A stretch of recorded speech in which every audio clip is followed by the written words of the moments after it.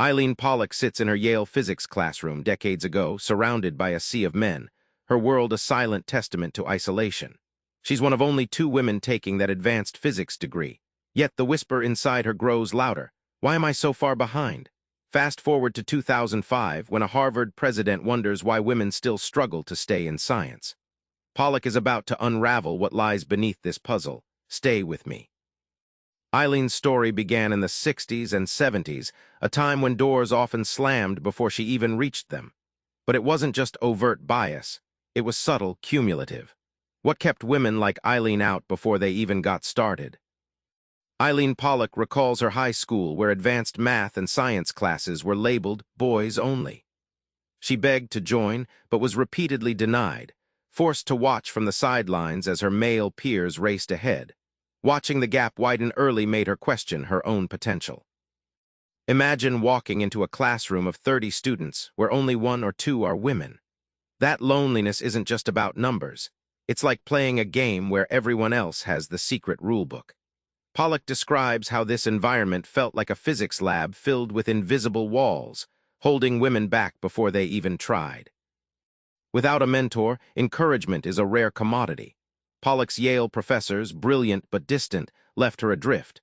Contrast that with a nurturing coach who cheers from the sidelines. Mentorship acts like a lighthouse in a fog, guiding budding scientists through self-doubt. The absence of this guidance dimmed many careers before they began. Even when women reach elite universities, success isn't guaranteed. Pollack's own journey shows how confidence, not raw ability, often makes or breaks careers in STEM. What silently sabotages women who have what it takes? Pollack graduated summa cum laude from Yale, a rare feat for any student. But even with that, she felt far behind her male classmates. In one physics lab, she hesitated to speak up, fearing she'd sound foolish. This self-doubt wasn't about intelligence. It was an internal barrier made of years of subtle messages undermining her worth. Picture a tiny crack in a dam. Alone, it seems harmless. But over time, water pressure exploits it until the wall breaks. Pollack highlights how microaggressions, small comments, overlooked interruptions, add up, chipping away at women's confidence until many abandon the field entirely. Giving up a dream feels like failure. But Pollack reframes her decision to leave physics as a strategy for survival, not defeat. She discovered that stepping back was a response to a system stacked against her, not a personal weakness.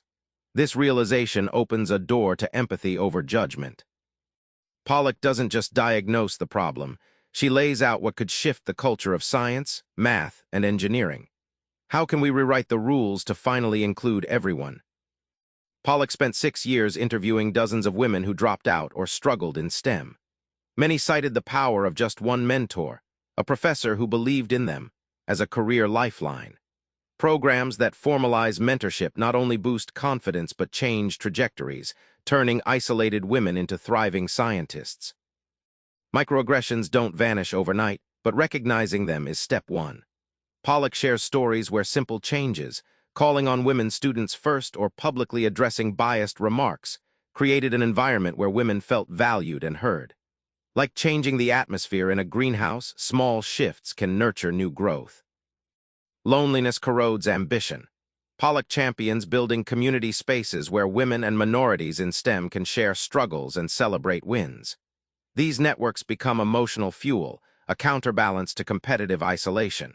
With community support, the only woman in the room can become one of many, and that's the breakthrough every field needs.